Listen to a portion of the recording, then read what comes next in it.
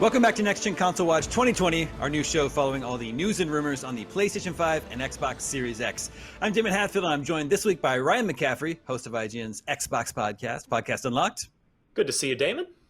You as well. And Jonathan Dornbush, host of IGN's PlayStation Podcast Beyond. Hey there, Damon. Hey, I think Jonathan is beyond excited to be here. This week, we're talking about cross-compatibility between current and next-gen consoles. Not just backwards compatibility, but also forward compatibility. But first, that big PS5 event that was scheduled for this week has been delayed indefinitely, and I think we all agree that Sony made the right call here. We will definitely be getting all of that PS5 information eventually, just not this week. Jonathan, do you have anything to add to that?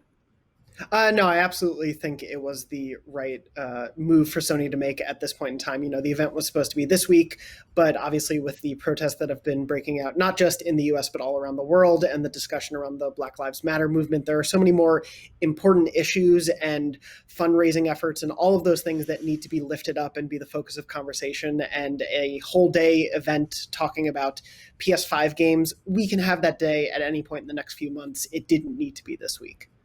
And rest assured, as soon as we do get all of those PS5 details, we will be discussing them at length right here on this very show. But let's move into some PS5 news that we did get recently. We've got confirmation that PS5 games are not going to be working on your PlayStation 4. Quote from Jim Ryan reads, "We believe that when you go to all the trouble of creating a next-gen console, that it should include features and benefits that the previous generation does not include. And that, in our view, people should make games that can make the most of those features." Jonathan, do you see this as a good or a bad thing?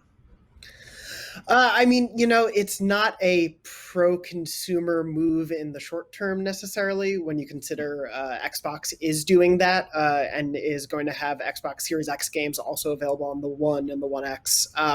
But it's not a thing that I think I ever expected us to have any generation, because that's not typically how it goes. You know, we do see some cross-gen games in the first few months, but, you know, I want to see what not just Sony devs internally, but devs at large are going to be able to do with next-gen hardware, and not having to worry about previous generation hardware will allow them to focus on that in the long term more quickly. Ryan, how would you respond knowing that Xbox is taking the complete opposite approach, and at least for the foreseeable future, Series X games will work in PS1 or in Xbox One? Yeah, I mean, this is really the first major policy difference, line in the sand between the two companies. I mean, we know the hardware differences they're a little bit different. They're built roughly in the same chipset, but this is really the first time where it's a policy decision. And so, I mean, I think by virtue of Sony being the runaway winner this generation, they're in the driver's seat. It's on Microsoft now to show that their first-party games, in particular, are not going to be held back by being cross-gen games. So the Halo Infinites, the Forza Motorsport 8s, et cetera, like if those come out and look just as good as the first-party titles on PS5, then it's going to end up being a clear win for Microsoft. But I do think that the onus falls to them. I mean, as Jonathan said, it's definitely a more pro-consumer move on Microsoft's part, but you know, there is that burden of proof on Microsoft to show that nothing is held back by the current, now ending generation of consoles. Jonathan, does that, for you, alleviate any worry that PS5 games might be held back or dumbed down for PS4? Yeah, I mean, it'll be really nice to see, especially Sony first-party devs, just know they can take full advantage of working on the PlayStation 5. Like, I cannot wait to see what Guerrilla Games does to follow up Horizon Zero Dawn, what Sony Santa Monica will do to follow up God of War. And those games were pushing the system even earlier in its life cycle with the PS4. So to see what they're going to be able to do just focused on PS5, just using that tech as much as they can to really bolster these new visuals and this fidelity that we're going to get, I can't wait to see what they're doing. Okay, so no PS5 games on PS4. However, all new PS4 games will be compatible with PS5. According to a report from Eurogamer, Sony has reportedly told developers that PS4 games submitted for certification after July 13th and onwards must be forwards compatible with PS5. PS4 versions of The Last of Us 2 and Ghost of Tsushima will also apparently be compatible with PS5. Per that same report, developer documentation on Sony's internal partner website now includes a step that must be checked, saying that the game has been tested for compatibility with PS5.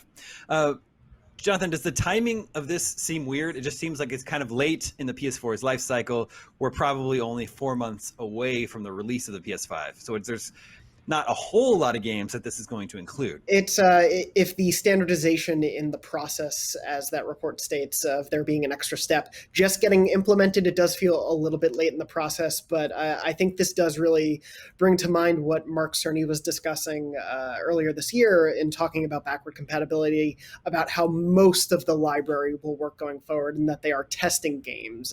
This is obviously something that was not built in earlier on with the PS4. When considering, the next generation, it seems. So it's unfortunate that this is coming so late in the life cycle as a step that developers need to be taking. That said, I'm very glad to know that even though they're coming out before that date, The Last of Us Part 2 and Ghost of Tsushima will be ready for that, because I probably will be revisiting those games again on the next-gen hardware. So it'll be nice to know they're ready to go for that. And Ryan, what was your reaction to this news? Yeah, I mean, better late than never. Really, it is kind of a shame, but it seems clearly designed to help smooth the transition for gamers moving from PS4 to PS5, but without any real regard to a player's entire PS4 catalog and all the. Jonathan mentioned a bunch of great games that are not made in July of 2020 onwards. So yeah, it's disappointing for sure. I mean, there's a clear difference between Sony and Microsoft on that. And hopefully Sony over time will make good on their previous statements of trying to work in a whole lot more PS4 games to be compatible with PS5.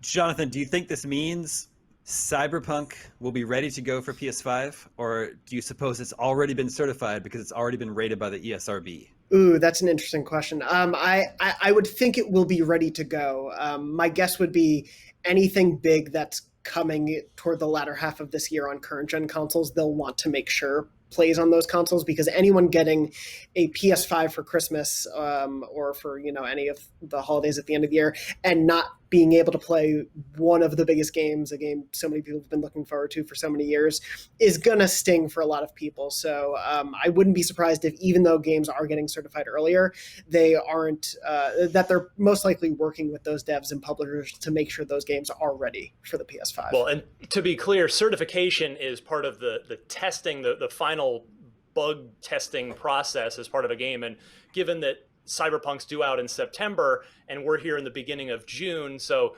the game's still 3 months out, it almost certainly has not yet entered certification, so it will be subject to this new policy. So yeah, this seems like a way for Sony to be able to claim something similar to smart delivery for Microsoft of which, if they choose to, right? They can say, forget it, we're not gonna do that. But hopefully, for gamers' sake, that Microsoft will force their hand, if Sony wasn't already planning to do it anyway, of any of these fall 2020 games. If you buy them once on current gen, you'll get it for the next gen version as well. It'll be interesting to see. Yeah, those are really good points, Ryan.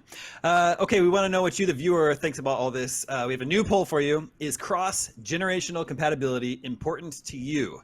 Make sure you vote on our poll at IGN.com, and we'll share the results with you next week. I've got the results from last week.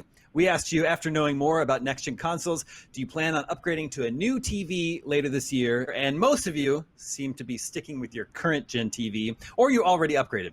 A small percentage of you, 4.2%, said you're going for the top-of-the-line 8K TV. I think those numbers might be inflated just a little bit. 8K TVs remain very, very expensive. You are definitely a baller if you're getting an 8K TV.